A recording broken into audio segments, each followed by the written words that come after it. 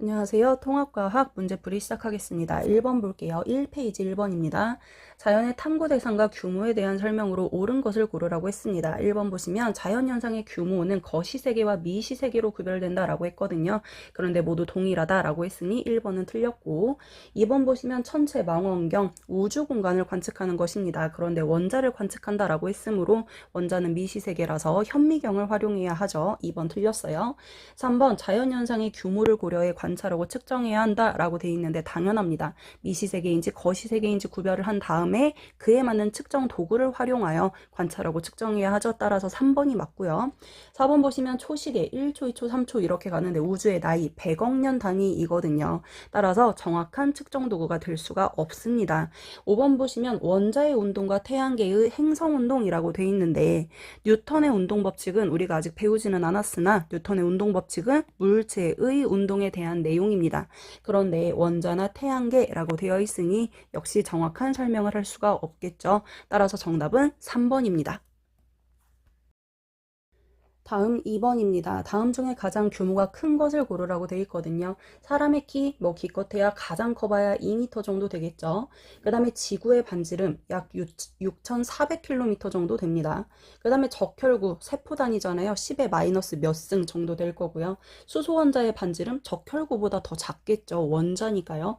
그 다음에 에베레스트 산의 높이 몇천 미터 정도일 겁니다. 따라서 이 중에 가장 규모가 큰 것은 당연히 지구의 반지름인 거 그냥 딱 봐도 알 수 있을 거라고 생각해요. 다음 3번 문제에 가장 짧은 시간을 고르라고 했습니다. 시간 규모를 골라주시면 되는데 1번 달의 공전주기 며칠 단위입니다.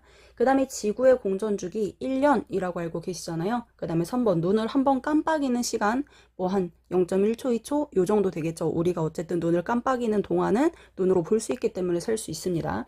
그 다음에 4번 공룡이 지구에 번성한 시간 중생대에 몇 년 동안 살았다 이런 식으로 추정을 하고 있거든요. 그래서 모두 다 시간 규모가 생각보다 큰 단위입니다. 그런데 5번 보시면 세슘 원자에서 방출한 빛이 한 번 진동하는 데 걸린 시간이라고 되어 있거든요. 여러분 1초의 세슘 원자는 몇 번 진동합니까? 그쵸? 약 92억 번이라고 이야기했거든요. 근데 한 번 진동을 하려면 92억 분의 1초 이런 식으로 표현이 가능하거든. 따라서 가장 짧은 시간은 5번이라고 하시면 되겠네요. 다음 4번 문제예요. 미시세계에 대한 설명으로 옳은 걸 고르라고 했습니다. 기억 보시면 육안으로 관측이 가능한 세계, 이 세계는 우리가 거시세계라고 표현하죠. 니은번 보시면 원자 핵이나 전자와 같은 규모가 대상이다라고 되어 있는데요. 원자 핵도 전자도 우리 눈에 보이지 않는 세계거든요. 따라서 미시세계 맞습니다. 그 다음에 디귿 고전역학으로 현상을 설명한다라고 되어 있는데요. 일반적으로 고전역학이라고 하는 거 처음 듣는 단어일 텐데 얘는 물체가 대상입니다. 물체가 어떤 식으로 운동하느냐를 기술하는 학문을 고전역학이라고 표현하거든요. 따라서 미시세계는 눈으로 볼 수 없는 세계이기 때문에 고전역학으로는 설명이 불가능하죠. 정답은 니은 2번입니다.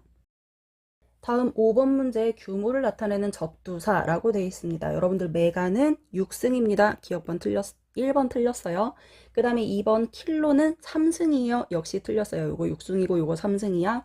그 다음에 3번 센치는 마이너스 2승입니다. 당연히 틀렸어요. 그 다음에 4번 밀리는 마이너스 3승입니다. 그래서 틀렸고요. 5번 보시면 나노 마이너스 9승이거든요. 답은 5번이네요.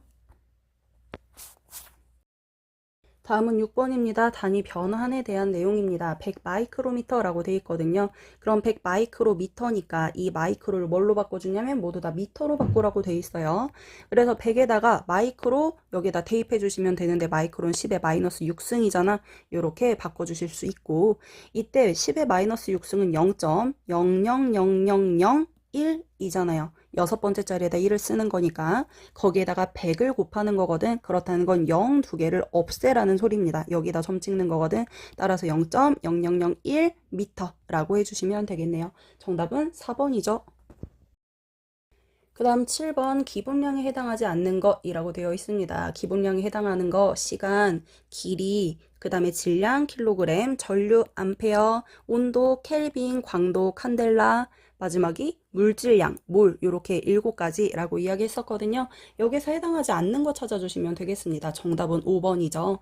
우리 속력 같은 경우는 유도량이라고 해서 단위가 뭐였는지 기억나나? 그쵸, 미터, 퍼, 세크라고 이야기했거든요. 기본량 7가지 중요하니까 꼭 기억합시다.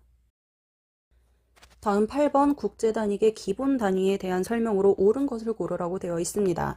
1번 보시면 일률이라고 되어 있는데요. 일단 일률 자체는 유도량에 속하고요. 일률의 단위는 우리가 와트라고 부르는데 그런가 보다 하시면 될 것 같습니다. 2번 보시면 온도 단위 우리 켈빈이라고 말합니다. 기본 단위 맞고요. 그 다음에 3번 길이의 단위는 기본 단위 미터 사용하기로 했네요. 뭐 자나 피트 이런 거 아닙니다. 그 다음에 4번 질량의 단위 기본 단위는 킬로그램이라고 했거든요. 따라서 아니고요. 그 다음에 5번 큰 단위나 작은 단위를 표현할 때 숫자 0자가 너무 많아지는 걸 대비하여 접두사를 사용하기로 했어요. 정답은 2번과 5번입니다. 자, 9번 문제는 여러 가지 유도량과 단위가 표현되어 있습니다. 옳지 않은 것을 고르라고 되어 있습니다. 1번 넓이. 넓이는 가로 곱하기 세로 길이를 2번 곱하는 개념이거든요. 따라서 제곱미터 맞고요. 3번 보시면 2번 보시면 부피입니다. 부피 같은 경우는 가로 곱하기 세로 곱하기 높이라고 했거든요. 길이 개념을 3번 곱합니다. 따라서 세제곱미터도 맞네요. 3번 보시면 가속도입니다. 가속도 같은 경우는 시간분의 속도 변화량이라고 했었거든. 따라서 가속도에 다니는 미터 퍼 세크 제곱이라고 했기 때문에 3번이 아니네요. 정답이고요. 4번 보시면 밀도는 부피분의 질량이라고 했기 때문에 킬로그램 퍼 세제곱미터 4번도 맞습니다. 그 다음에 5번 농도인데요. 농도는 물질량을 부피로 나누는 개념이거든요. 따라서 물질량의 단위 몰을 세제곱미터로 나눠주시면 됩니다. 몰 퍼 세제곱미터라고 읽어주시면 되겠네요. 정답은 3번이요. 10번 문제 너무 간단한 문제입니다. 가장 큰 길이와 가장 작은 길이를 구하라고 되어 있거든요. 바이러스, 피라미드, 그 다음에 종이 한 장 두께라고 되어 있는데요. 종이 한 장 눈에 보이는 거, 피라미드 엄청 높은 거, 바이러스 눈에 안 보이는 거죠. 그래서 가장 작은 규모는 바이러스, 가장 큰 규모는 피라미드라고 하시면 되겠습니다. 가장 큰 길이 규모 피라미드, 그 다음에 가장 작은 거 바이러스이기 때문에 정답은 3번이겠네요. 다음 11번 문제예요. 어떤 물체까지의 거리를 측정하기 위하여 레이저를 쏩니다. 그래서 갔다가 되돌아온 시간을 측정했더니 4마이크로초라고 되어 있네요. 그 다음에 마지막에 보시면 빛의 속력 3 곱하기 10의 8승 미터 퍼 세크라는 단서가 있습니다. 기억번 볼게요. 기억번 보시면 4마이크로초의 시간 규모는 해시계로 측정하는 것이 적당하다라고 되어 있는데요. 해시계 같은 경우는 거시세계의 시간만 측정이 가능하기 때문에 4마이크로초는 측정하기가 어렵습니다. 니은번 보시면 마이크로초는 4 곱하기 10의 마이너스 6승초이다 라고 되어 있는데요. 마이크로라는 접두사 자체가 마이너스 6승이라고 했잖아요. 따라서 니은번 맞습니다. 그 다음에 디귿번 레이저에서 물체까지의 거리라고 되어 있는데요. 거리는 속력에다가 시간을 곱하면 구할 수 있습니다. 그런데 여기에서 누가 갔냐면 빛이 갔으니까 빛의 속력에다가 시간을 곱하시면 되는데 문제에 나와 있는 시간은 빛이 갔다가 돌아오는데 걸린 시간이 4마이크로초잖아. 그러면 그거의 절반만큼이 가는데 걸린 시간이겠죠. 그래서 이 빛의 속력에다가 2마이크로초를 곱해주시면 됩니다. 한번 곱해볼게요. 빛의 속력 3 곱하기 10의 8승에다가 그 다음에 빛이 이동하는데 걸린 시간 2 곱하기 마이크로초라고 했으니까 10의 마이너스 6승이라고 써주시면 되겠네요. 그래서 3에다 2 곱하면 6이고 그 다음에 10의 8승은 0이 8개야. 10의 마이너스 6승은 소수점에서 0이 6개란 소리거든요. 따라서 0이 몇 개가 남냐면 2개가 남습니다. 그래서 0 2개만 붙여주시면 600m라고 하시면 되겠네요. 정답은 4번이요. 다음 12번 문제 GPS 위성을 이용하여 위치를 얻어내는, 알아내는 과정이라고 되어 있습니다. GPS는 일단 모두 다 원자시계를 사용하고 있음을 확인해 주시고요.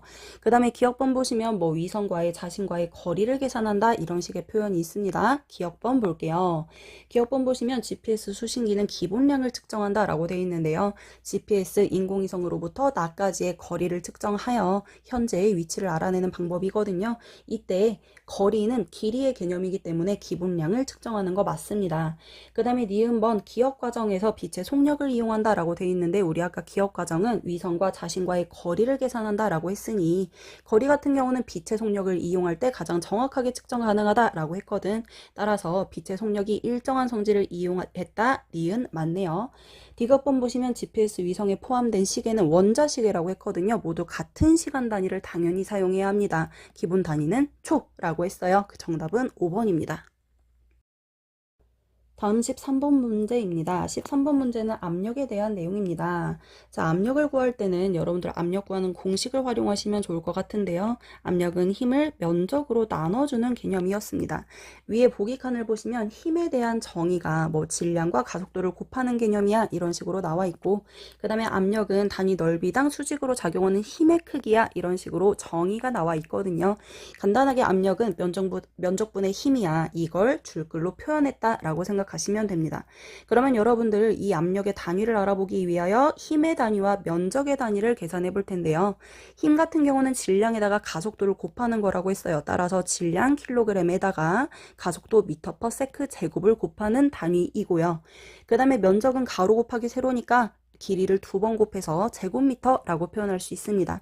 그래서 힘의 단위를 면적의 단위로 나눠주시면 되는데요. 힘의 단위 킬로그램, 미터 퍼 세크 제곱 이렇게 분수 형태로 쓸 수 있었고 얘를 미터 제곱으로 나누는 거죠. 이때 미터 제곱은 1분의 미터 제곱 이렇게 쓸 수 있으니까 약분되는 거 미터 한 개씩 없애주시고 가운데 거 곱해서 밑에다 써주시면 미터 세크 제곱 그 다음에 위아래 거 이 겉에 있는 거 곱해서 위에다 써주시면 킬로그램만 남거든.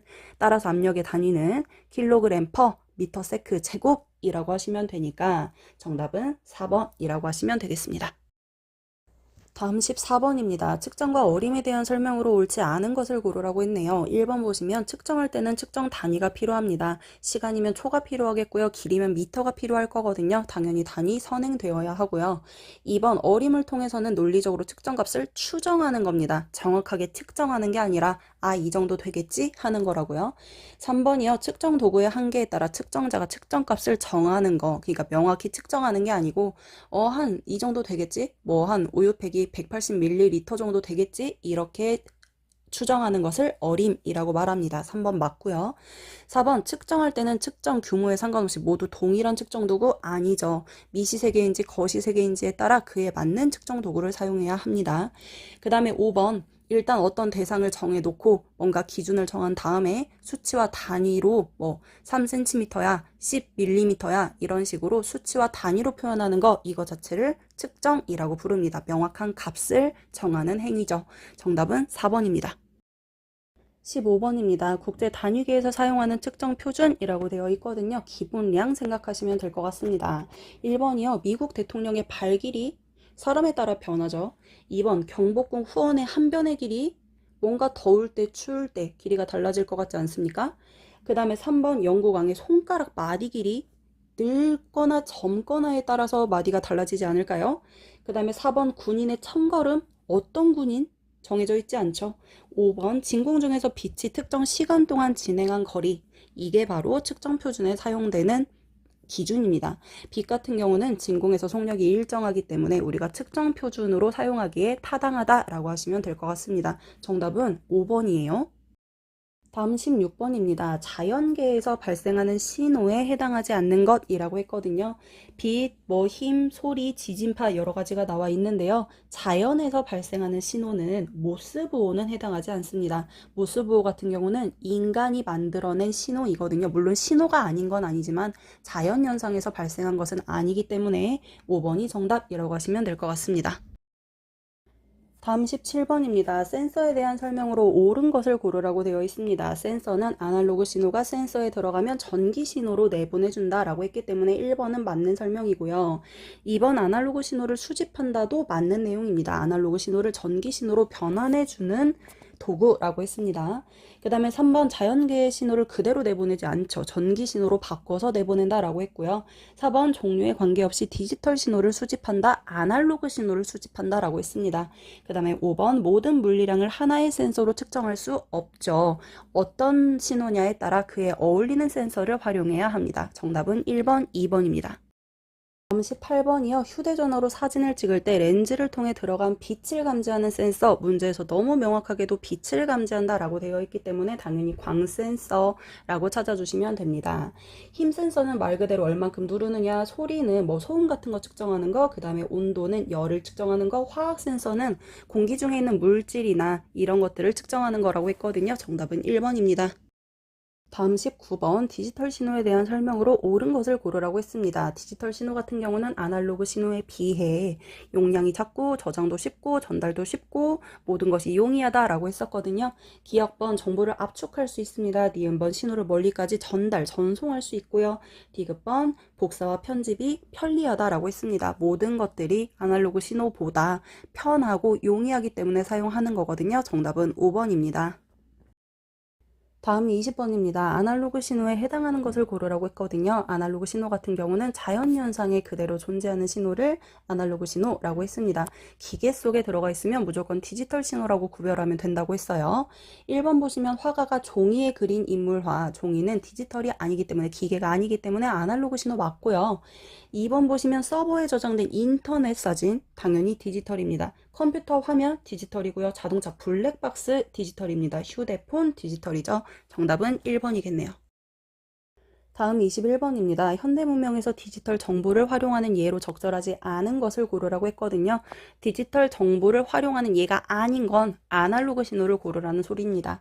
1번이요. 인터넷 디지털 신호입니다. 2번 전자책 디지털 신호고요. 3번 인터넷을 통해 공유한다 디지털 신호입니다. 4번 지리적으로 멀리 떨어져 있으니까 원격으로 진료를 해요. 디지털이죠. 5번 비석, 이건 자연현상이죠. 아날로그 신호 맞습니다. 정답은 5번이에요. 다음 22번입니다. 22번은 측정 표준을 활용한 예가 아닌 걸 고르라고 했거든요. 측정 표준이라고 하는 건 말 그대로 무언가를 측정했어야만 합니다. 1번 보시면 실내 미세먼지 농도를 확인하였다라고 했거든요. 먼지 농도를 측정해야만 알 수가 있고요. 2번 100m 달리기 선수의 기록을 측정한다라고 했습니다. 역시 측정 도구를 활용하여 단위를 사용했네요. 그 다음에 3번이요. 자동차의 부품을 정확한 규격으로 제작하였다라는 건 역시 길이를 측정했을 거고요. 4번 보시면 산의 높이를 건물의 높이와 비교하여 추정한다라고 되어 있거든요. 추정은 어림이라고 했습니다. 얘는 측정 표준을 사용하지 않았어요. 그 다음에 5번이요. 버스의 이동 거리에 따라 지불하는 요금이 달라진다라고 했거든요. 이동 거리를 측정해야만 명확한 요금 지불을 할 수가 있을 겁니다. 정답은 4번입니다. 다음 23번입니다. 자동차의 속도를 km/h의 단위로 측정하는 모습을 나타낸 것이라고 합니다. 이에 대한 설명으로 옳은 걸 고르라네요. 기억번 측정 표준을 활용한 사례입니다. 측정 표준이라는 건 어떠한 단위를 활용하여 명확한 자연현상을 설명한 것들을 측정 표준이라고 말하거든요. 기억번 맞고요. 니은번 km/h라는 것 자체는 길이와 시간을 이용하여 유도된 단위이거든요. 따라서 길이의 기본 단위인 미터로부터 유도된 단위가 맞습니다. 그 다음에 디귿번이요. 일상생활에서 측정 표준은 당연히 유용하게 사용됩니다. 정답은 5번인데요. 이 자동차의 제한 속도 같은 경우는 물론 미터/세크로도 표현이 가능하지만 일상생활에 좀 더 알아보기 쉽게 하기 위하여 접두사를 활용한 단위다 라고 생각하시면 될 것 같습니다. 다음은 24번입니다. 광원과 광센서가 있는 자동문에 대한 설명이거든요. 이에 대한 설명으로 옳은 것을 골라봅시다. 기억번이요. 광원에서 나온 빛은 자연에서 발생한 신호입니다. 아니죠. 광원에서 발생한 이 빛은 광원에서 일부러 계속적으로 빛을 쏩니다. 그래서 반사돼서 다시 광센서가 그 빛을 읽으면 문이 자동으로 열리는 시스템이거든요. 자연에서 발생한 신호 아니고요. 그 다음에 니은번이요. 광원에서 나온 빛은 사람에 반사되어 광센서에 도달한다라고 했습니다. 조금 전에 이야기한 대로 광원에서 빛을 쏴주면 사람의 머리에 닿았다가 다시 광센서로 돌아가서 광센서가 그를 인지하면 문이 열린다라고 했습니다. 디귿번이요. 광센서는 빛신호를 전기신호로 변환합니다. 광센서라는 것 자체는 아날로그 신호를 받아서 전기신호로 내보내는 역할을 한다라고 했기 때문에 사람으로부터 반사된 빛신호를 받아서 전기신호로 변환하는 거 맞네요. 정답은 니은 디귿 4번입니다. 다음 25번입니다. 하루 동안의 걸음수를 휴대전화 앱을 통해 측정한다 라고 했거든요. 걸음수라는 건 사람이 움직이는 것을 인지하는 센서라고 생각하시면 됩니다. 이것과 관련된 센서 뭐 있습니까? 우리의 움직임을 우리의 움직임을 감지하는 거 맞아요. 가속도 센서라고 했거든요. 가속도 센서 같은 경우는 무언가 물체가 움직일 때 속력 변화를 감지하기도 하지만 뭔가 움직이는 거, 방향이 변환하는 거 이런 것도 감지해 준다라고 했거든요. 정답은 5번입니다. 다음 26번입니다. 앙부일구와 세슘 원자식에 대한 설명이라고 되어 있네요. 죄송해요. 학생 A입니다. 세슘 원자시계가 앙부일구보다 정밀한 측정이 가능해 라고 되어 있는데요. 세슘 원자시계는 인공위성 속에 들어있는 가장 정확한 시계, 현재까지는 가장 정확한 시계라고 했거든요. 당연히 앙부일구보다 정밀한 측정이 가능합니다. A는 맞아요. 세슘 원자시계는 기본량을 측정해 라고 되어 있는데요. 맞습니다. 역시 세슘 원자시계는 1초를 기준으로 하고 있기 때문에 기본량을 측정하는 거 맞고요. B도 맞아요. 그 다음에 C요. 앙부일구는 자연현상을 이용해 시간을 측정하는 장치야 라고 되어 있는데요. 자연현상, 태양을 이용하는 거죠. 태양으로부터 생기는 그림자의 위치와 길이를 활용한다 라고 했기 때문에 C도 맞는 설명입니다. 정답은 5번입니다. 자, 다음 27번 문제입니다. 물의 밀도에 대한 설명이 적혀져 있고요. 그에 대한 설명으로 옳은 것을 고르라고 되어 있습니다. 설명에서 보시면 어쨌든 물의 구조에 따라 4도씨에서 밀도가 최대값을 갖는다라고 설명이 되어 있고요. 그 다음에 두 번째 4도씨에서 물의 밀도는 1g/, 세제곱센티미터라고 되어 있습니다. 밀도의 단위로 표현이 되어 있네요. 기억번 보시면 도씨는 온도의 단위다. 맞습니다. 온도의 측정 표준 대표적으로 도씨 있다고 했고요. 니은변 밀도는 기본량이다 라고 되어 있는데 유도량입니다. 밀도는 질량을 부피로 나눈 개념으로서 유도량에 해당한다 라고 했네요. 그 다음에 디귿 4도씨의 물 1세제곱미터의 질량은 0.001kg이다 라고 되어 있는데요. 여러분 지문 잠깐 볼까요? 1g/세제곱센티미터 얘가 무슨 뜻이냐면 부피 1세제곱센티미터당 물은 1g이 있어 라는 소리야. 그런데 조건 부피 1세제곱센티미터는 그대로인데 그 안에 있는 물의 질량은 얼마지? 그래서 그게 원래 1g인데 이 1g을 킬로그램으로 표현해봐 라는 의미입니다. 그래서 1g을 킬로그램으로 변환하려면 1g 앞에는 아무 숫자 없으니까 0이고 킬로그램은 3이라고 했잖아요. 킬로는 3이잖아. 그래서 변경 전 0에서 킬로 3을 빼는 거야. 그럼 마이너스 3이니까 정답은 10의 마이너스 3승이라고 했습니다. 10의 마이너스 3승이란 소리는 소수점 셋째 자리에다 1을 쓰라는 소리잖아. 그럼 0.001kg이라고 할 수 있겠네요. 정답이겠죠? 그래서 답은 기억 디귿 3번이네요. 다음 28번 미세먼지 농도에 대한 설명으로 옳은 것을 고르라고 되어 있습니다. 미세먼지 농도의 단위 보시면 마이크로그램 퍼 세제곱미터 사용하고 있네요. 여기서 마이크로그램의 마이크로는 10의 마이너스 6승이라고 했습니다. 학생 A요. 마이크로그램은 10의 마이너스 6승그램이야. 조금 전에 이야기했고요. 학생 B 보시면 미세먼지 농도는 기본량을 이용한 유도량이야 라고 되어 있는데 단위 보시면 마이크로그램 퍼 세제곱미터 라고 되어 있거든요. 농도 같은 경우는 질량을 부피로 나눈 개념이기 때문에 유도량이라고 생각하시면 됩니다. 여기에 사용된 기본량은 질량이 사용되었고요. 그 다음에 부피를 구하기 위한 길이가 사용되었다라고 하시면 되겠습니다. 학생 C여 미세먼지의 질량을 측정하기 위해서 온도계를 사용했대. 말도 안 되죠. 온도계는 온도를 측정하는 단위입니다. 질량을 측정하려면 뭔가 저울을 사용하거나 해야겠죠. 정답은 A, B, 3번입니다.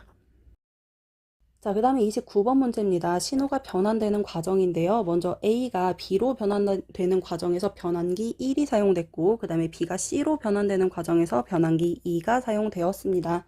뭔가 연속적으로 되어 있는 A 같은 경우는 아날로그 신호구나, 불연속적으로 되어 있는 B는 디지털 신호구나, C는 다시 연속적으로 되어 있는 아날로그 신호구나 라고 구별을 할 수 있겠고요. 굳이 구별을 하자면 자, 기억번 볼게요. B는 디지털 신호 맞습니다. 불연속적인 신호라고 이야기했고 그 다음에 니은번 A와 비교할 때 C의 신호는 손실이 없다라고 했는데요. 여러분들 변환을 하는 과정에서는 100% 변환은 불가능하다고 했습니다.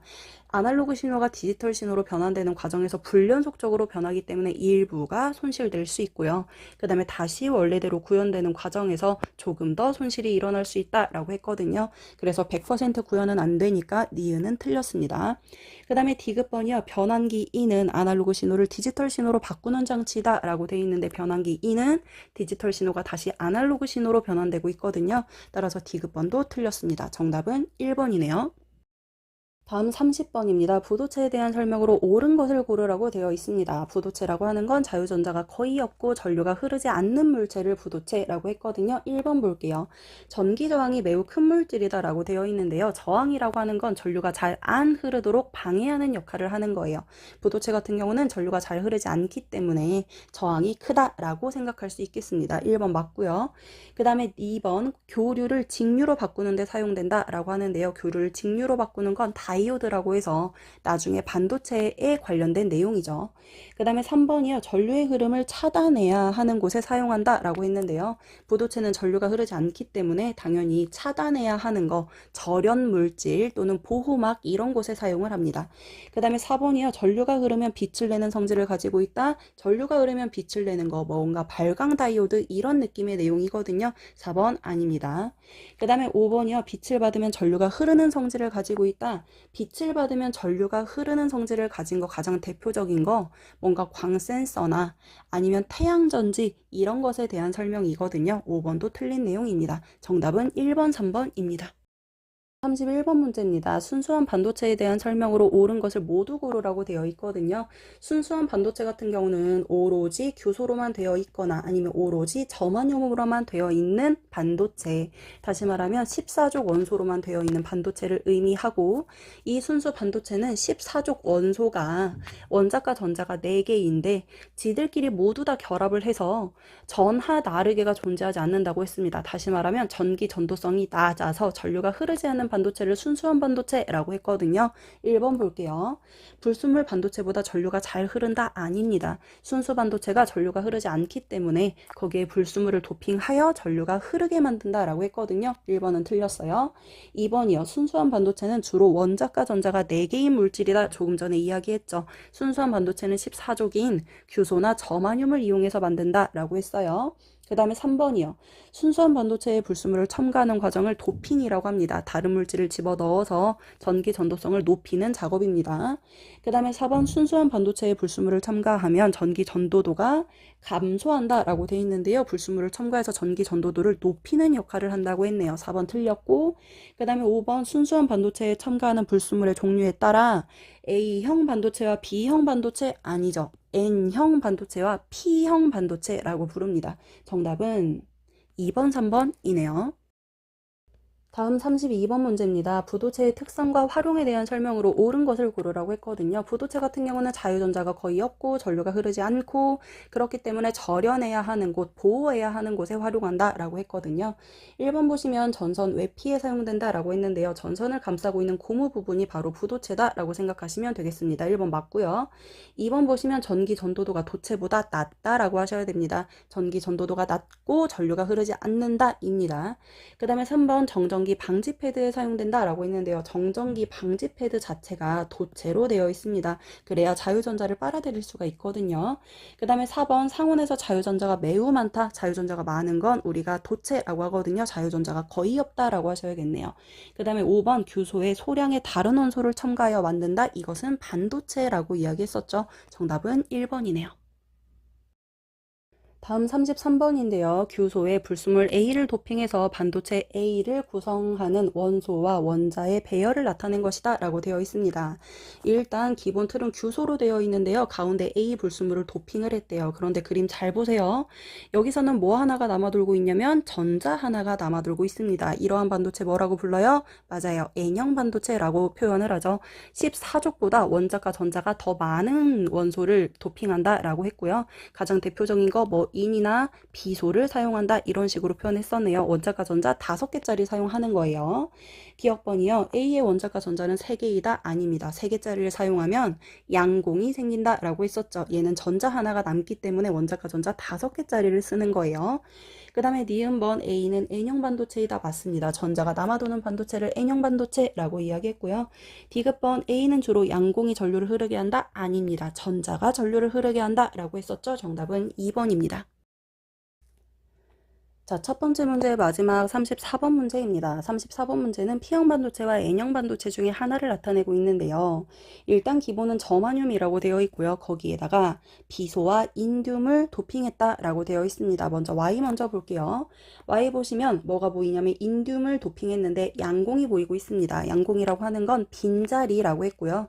전자들이 이 빈자리를 채우기 위하여 이동한다라고 했고, 이 양공이 존재하는 반도체를 뭐라고 했냐면 P형 반도체라고 했습니다. P형 반도체는 13족 원소를 도핑하여, 다시 말하면 원자과 전자 3개짜리를 도핑하여 빈자리를 만든 다음에 이 빈자리를 전자가 채우기 위하여 이동하며 전류가 흐른다라고 했었고요.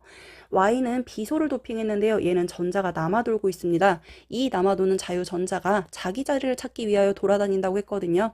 따라서 얘는 15족 원소를 도핑한다라고 했고요. 원자과 전자 5개짜리입니다. 그래서 원래보다 한 개가 남기 때문에 그 하나가 돌아다니면서 전류가 흐르게 된다라고 이야기했었네요.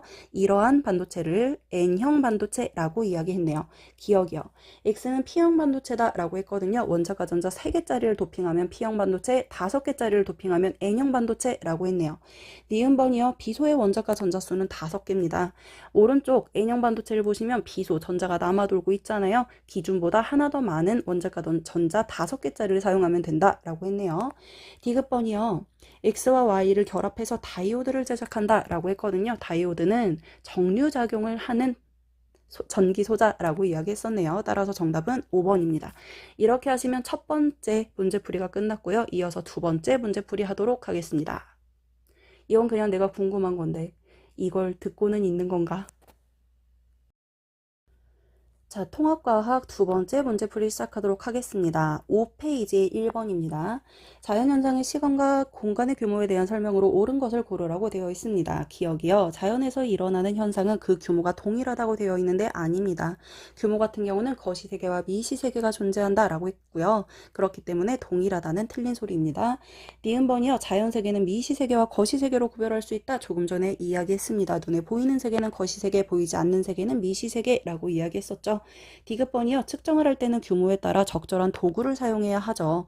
우리는 어떤 걸 측정하기 위하여, 예를 들어 길이를 측정한다 하더라도 모두 다 자로만 측정할 수 있는 건 아니라고 했어요. 엄청나게 큰 규모 같은 경우는 빛을 활용하거나 이런 식으로 어울리는 도구를 사용해야 하거든요. 그래서 적절한 도구 사용 맞습니다. 정답은 니은 디귿이니까 4번입니다. 다음 2번 문제입니다. 2번 그림에는 앙부일구와 세슘 원자시계가 나와 있습니다. 이에 대한 설명으로 옳은 것을 골라보도록 할게요. 기억이요. 가는 조선시대에 만들어진 해식에 맞습니다. 태양이 막대기를 비추면 그 막대기의 그림자가 어느 위치를 가리키느냐에 따라 시간을 측정할 수 있다라고 했었거든요. 기억번 맞는 내용이고요. 그 다음에 니은번이요. 현대에는 정밀하게 시간을 측정하기 위하여 가장 정확한 시계 세슘 원자시계를 활용한다라고 했습니다. 니은도 맞아요. 그 다음에 이 세슘 원자시계는 굉장히 정밀한 측정까지 가능하기 때문에 몇백만 분의 1초 단위까지 측정이 가능하고요. 세슘 원자 같은 경우는 1초에 약 92억 번 정도 진동하기 때문에, 그러면 한 번 진동할 때는 약 92억 번분의 1이라고 했었거든요. 엄청 정밀한 시간까지 측정이 가능합니다. 정답은 5번입니다. 다음 3번 문제입니다. 수소 원자에 대한 설명이 되어 있는데요. 그런 거 다 무시하시고 문제 보시면 수소 원자의 지름이 0.1 나노미터일 때 이것이 몇 미터인지 쓰라고 되어 있거든요. 그럼 나노 같은 경우는 10의 마이너스 9승이니까 0.1에다가 10의 마이너스 9승 그 다음에 미터 이렇게 써주면 되는데, 이때 0.1 같은 경우는 10의 마이너스 1승이잖아. 그래서 결과적으로 얘는 10의 마이너스 10승 미터 이렇게 표현할 수 있습니다. 10의 마이너스 9승에다가 소수점 하나를 더 보태란 소리거든요. 그렇기 때문에 10의 마이너스 10이라고 하시면 됩니다. 아니면 좀 더 있어 보이게 설명을 하자면 이 0.1이 10의 마이너스 1승이에요.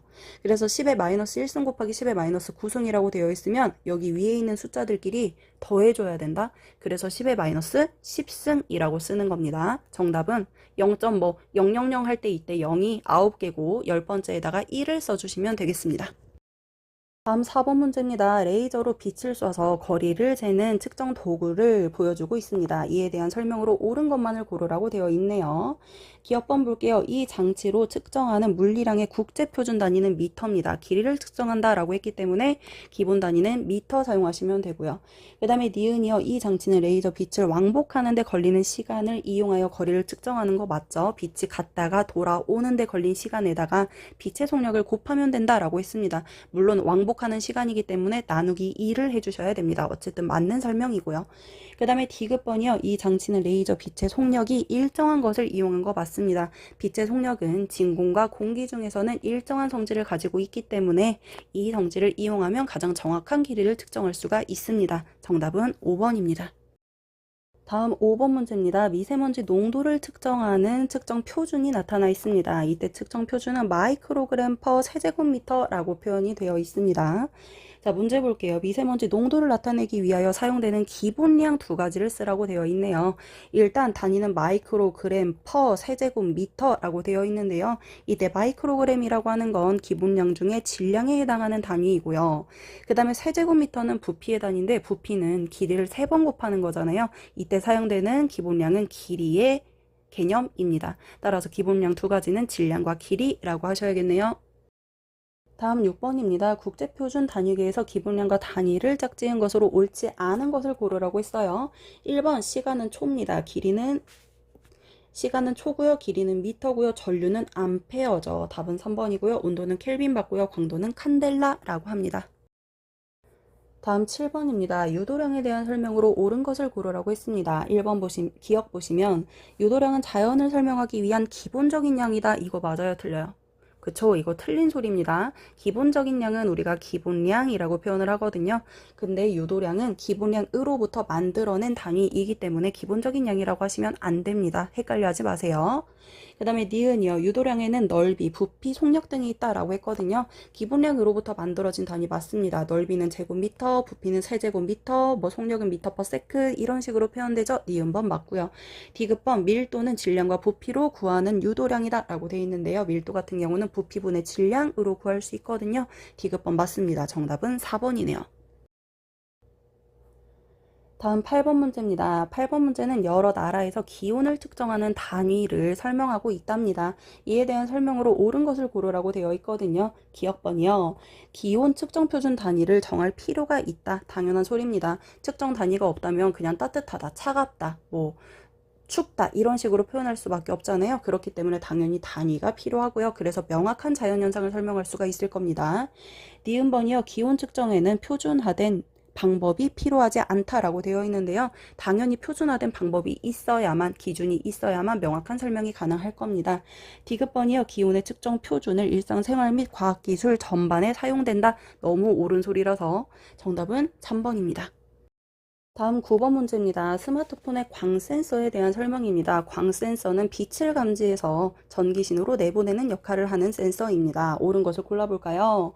기억번 광 센서를 이용한 장치만을 고르라고 했어요. 그럼 빛을 인식해야겠죠. 기억번 터치 스크린입니다. 터치 같은 경우는 우리 손가락으로 누르는 압력을 감지하거든요. 그래서 압력 센서라고 해주셔야 됩니다. 니은번 리모컨의 신호 입력 장치라고 되어 있거든요. 리모컨 같은 경우는 적외선이라는 빛을 활용하여 이때 적외선을 쏴서 그 적외선이 갔다 오는 것을 인식하는 광 센서가 활용되거든요. 니은번 맞고요. 그 다음에 D급번 가로등의 자동 점멸 장치라고 되어 있는데요. 이때도 역시 사람이 지나감에 따라 사람으로부터 반사되는 빛을 인식하기 때문에 광센서 이용되는 거 맞습니다. 정답은 4번이네요. 다음 10번 문제입니다. 가의 그림은 가수가 노래를 부르면서 스마트폰으로 녹음을 했고 그 다음에 나는 녹화를 했답니다. 자, 기억니은 D급 볼게요. 기억 보시면 가에서 가수의 노래 자체는 아날로그 신호 맞습니다. 그 다음에 니은번이요. 가에서 녹화가 되며 아날로그 신호가 디지털 신호로 변환되죠. 기계 속으로 들어가면서 디지털 신호로 변환된다 라고 했습니다. 그 다음에 D급번이요. 나에서 아날로그 신호가 영상으로 나온 것이다. 이것은 기계 속에서 디지털 신호로 존재하던 것이 우리가 보는 현상이잖아요. 그래서 디지털 신호가 영상으로 나온 것이다 라고 하셔야 됩니다. 정답은 기억 니은입니다. 다음 11번이요. 측정에 대한 설명으로 옳은 것을 고르라고 되어 있습니다. 기억번이요. 값을 나타낼 때 숫자와 단위를 이용하는 거 맞습니다. 니은번이요. 적절한 당연히 측정 도구를 사용해야만 하고요. 디귿번 측정값에는 오차가 없다고 하는데요. 사람이 측정하기 때문에 당연히 오차는 존재합니다. 정답은 3번이에요. 다음 12번이요. 어림에 대한 설명을 고르라고 되어 있습니다. 기억이요. 어림은 물리량을 측정할 때만 활용된다 라고 되어 있는데요. 물리량뿐만 아니라 여러 가지를 측정할 때 활용될 수 있습니다. 니은이요. 어림은 사람과 방법에 따라 차이가 난다라고 되어 있는데요. 당연하죠. 어떤 사람이 어떠한 과학적 사고력을 가지고 어림하느냐에 따라서 다른 값이 나올 수가 있거든요. 니은번은 맞습니다. 그 다음에 디귿이요. 어림은 측정 도구를 사용하여 근사값을 얻는다라고 했는데요. 측정 도구를 사용하지 않고 눈대중으로 사고력으로 구하는 것을 어림이라고 하거든요. 그렇기 때문에 정답은 2번입니다.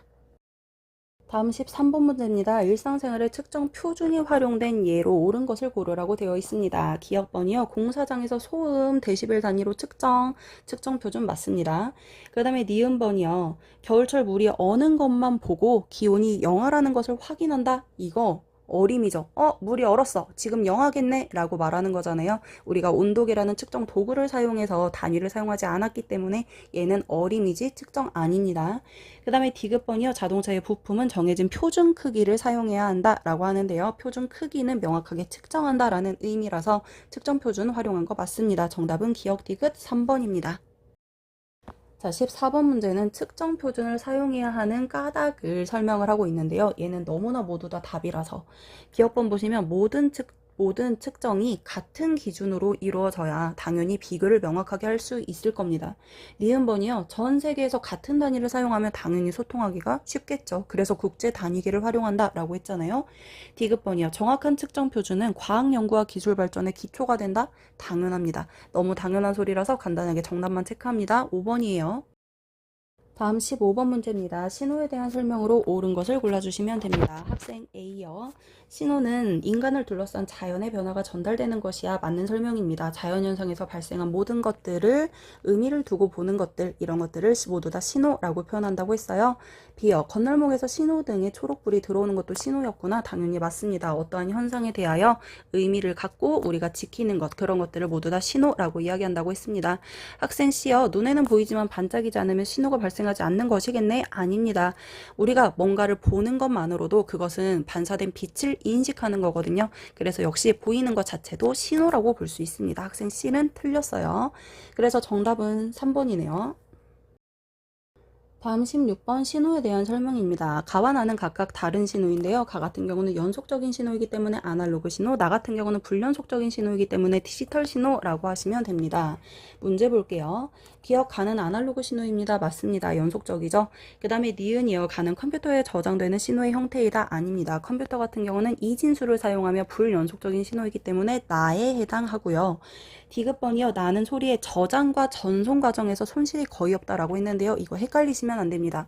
아날로그 신호를 디지털 신호로 변환하는 과정에서는 일부 손실될 수 있으나 얘를 저장하거나 전송할 때는 손실이 거의 없다. 맞는 설명입니다. 이거 정답이 3번입니다. 17번입니다. 센서에 대한 설명인데요. 물체의 속도가 변하는 정도를 측정하는 것이다 라고 되어 있습니다. 속도라고 하는 건 빠르기가 얼마나 변하느냐 또는 뭐 방향이 변하느냐 이런 것들을 측정한다 라고 했거든요. 당연히 가속도 센서입니다. 다음 18번 문제입니다. 반도체가 일상생활에 사용되는 이해를 나타내고 있거든요. 첫 번째 그림은 스마트폰의 전기소자라고 되어 있고 두 번째 그림은 발광다이오드 LED가 그려져 있네요. 기억번이요. 기억 전기적 성질을 이용한다 라고 되어 있습니다. 반도체가 전류가 흘렀을 때 어떠한 스마트폰의 기계적으로 전류가 흐르는 현상이 일어나거나 발광다이오드는 전류가 흘러서 전기를 빛 신호로 바꿔주는 역할을 한다 라고 했었거든요. 전기적 성질을 이용하는 거 맞네요. 니은번 규소는 대표적인 반도체 물질이다. 맞습니다. 규소가 기본적인 틀이 되고요. 거기에다가 불순물을 도핑하여 전류를 흐르게 한다 라고 했었어요. 그 다음에 디귿번이요. 전기에너지를 빛에너지로 전환하는데 이용할 수 있다 라고 되어 있는데요. 이게 발광다이오드에 대한 설명이죠. 발광다이오드는 반도체에다가 전기를 가했을 때 빛으로 전환시켜주는 역할을 하는 거거든요. 디귿번도 맞는 설명입니다. 정답은 5번이네요. 다음 19번 문제입니다. 반도체에 대한 설명으로 옳은 것을 고르라고 되어 있습니다. 일단 단서 먼저 볼게요. 기억은 순수 반도체라고 되어 있습니다. 규소나 점화염으로만 이루어진 기본 틀을 순수 반도체라고 했고요. 순수 반도체는 전류가 거의 흐르지 않는다. 전기 전도성이 낮다라고 표현했습니다. 여기에다가 미량의 다른 원소를 집어넣습니다. 도핑이라고 했고요. 이때 도핑을 원자과 전자 3개짜리를 쓰느냐 5개짜리를 쓰느냐에 따라 3개짜리 쓰면 양공이 생겨서 P형 반도체, 5개짜리 쓰면 자유전자가 하나 남아서 N형 반도체라고 이야기했어요. 이러한 반도체를 태양전지나 다이오드, LED 이런 데다가 사용한다라고 이야기했었네요.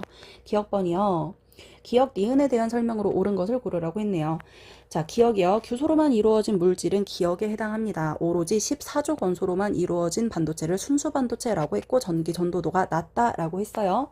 니은이요. 동그라미 니은을 통해 기억의 전기적인 성질을 변화시킬 수 있다라고 했습니다. 불순물을 도핑함으로써 전기 전도성을 높일 수 있다라고 했네요. 디귿번이요. 디귿은 동그라미 디귿은 빛 에너지를 전기 에너지로 변환하는 도구 맞습니다. 태양 전지는 광 센서의 일부이거든요. 그래서 빛 에너지를 받아서 전기 에너지로 전환시켜주는 건전지 역할을 한다라고 할 수 있습니다. 정답은 5번입니다.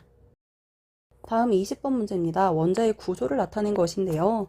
A는 원자 핵입니다. 이 원자 핵 같은 경우는 양성자와 중성자로 이루어져 있다라고 했거든요. 이때 양성자가 플러스 전기를 가지고 중성자는 전기적으로 0이라서 원자 핵 자체 A가 플러스 전하를 가진다라고 했네요. 반면에 B는 전자인데요. 전자 같은 경우는 마이너스 전기를 가진다라고 했고요. 이때 플러스의 양과 마이너스의 양이 똑같기 때문에 원자 자체는 중성을 띈다라고 이야기했었네요. 그리고 플러스를 띠고 있는 원자핵과 마이너스를 띠고 있는 전자 사이에는 서로 무슨 힘이 작용해? 그쵸, 끌어당기는 힘인 인력이 작용한다 라고 이야기했었어요. 기억이요. 원자는 중성이다. 맞습니다. 플러스를 띠고 있는 양성자와 마이너스를 띠고 있는 전자의 개수가 같기 때문이고요. 니은이요. B는 음전하를 띠고 있습니다. B는 전자라고 했기 때문에 당연히 음전하 맞습니다. 디귿이요. A, B 사이에는 서로 끌어당기는 힘인 인력이 작용한다 라고 했거든요. 정답은 5번입니다. 다음 21번이요. 전선의 모습을 나타내고 있습니다. 보시면 물질 A는 구리라고 이미 나와져 있고요. 그 다음에 B는 고무라고 되어 있습니다. 그러면 고무랑 구리 중에 어디에 전류가 흐르고 흐르지 않느냐 정도는 파악할 수 있을 텐데요. 구리는 대표적인 도체입니다. A가 도체고요. B는 고무기 때문에 부도체라고 하시면 되겠습니다. 기억이요. A는 도체입니다. 구리는 전류가 흐르는 물질입니다.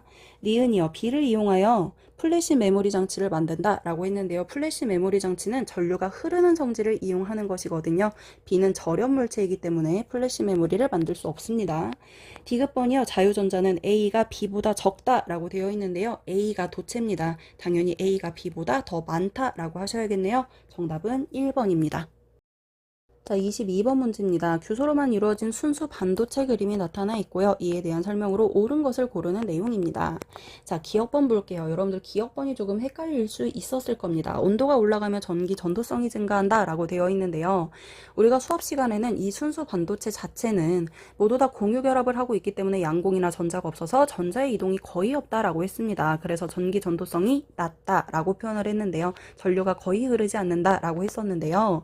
이러한 순수 반도체일지라도 온도가 올라간다라고 하는 건 열이 가해진다라는 소리거든요. 그러면 전기 전도성이 증가할 수 있습니다. 수업 시간에 언급하지는 않았으나 여러분들이 참고적으로 알아두시면 좋을 것 같습니다.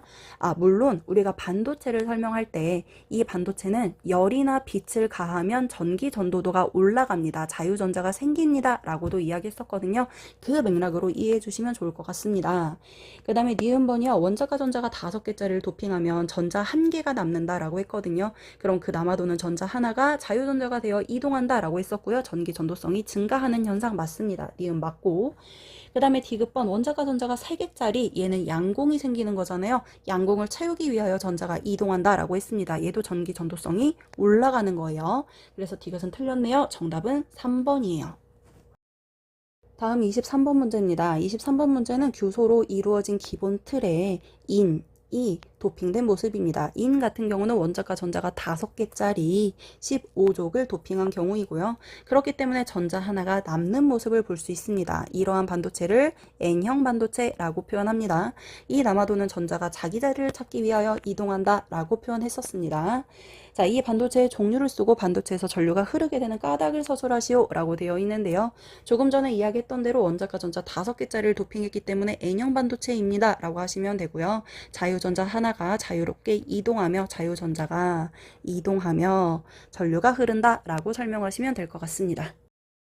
자, 드디어 마지막 문제 24번 문제입니다. 반도체로 만든 여러 가지 소자입니다. 가는 다이오드고요. 나는 발광 다이오드입니다. 다이오드 같은 경우는 정류작용을 한다라고 했습니다. 우리나라에서 사용하는 전류는 교류라는 전류를 사용하는데 걔는 플러스와 마이너스 방향으로 전류가 흐른다고 했어요. 그런데 이 다이오드는 한쪽 방향으로만 흐를 수 있도록 정류작용을 한다라고 했거든요. 참고적으로 알아두시고요. 발광 다이오드 같은 경우는 반도체에 전기를 가하면 빛을 발생시키는 반도체를 발광 다이오드라고 표현했었습니다. 어쨌든 둘 다 반도체로 만들어내는 거예요. 기억번 N형 반도체와 P형 반도체를 한 개씩 연결해서 다이오드도 만들고 발광 다이오드도 만듭니다. 맞는 내용이에요. 그 다음에 니은번이요. 가는 정류작용을 한다. 아까 처음에 설명드렸고요. 그 다음에 디귿번이요. 나는 전기 에너지를 빛 에너지로 전환시킨다. 역시 설명드렸습니다. 정답은 5번이겠네요. 자, 이렇게 하시면 여러분들이 첫 번째와 두 번째 문제풀이를 모두 다 마무리 하시는 거고요. 저의 설명이 도움이 되셨기를 바라고요. 공부 열심히 하시고 시험 잘 보시길 바랍니다.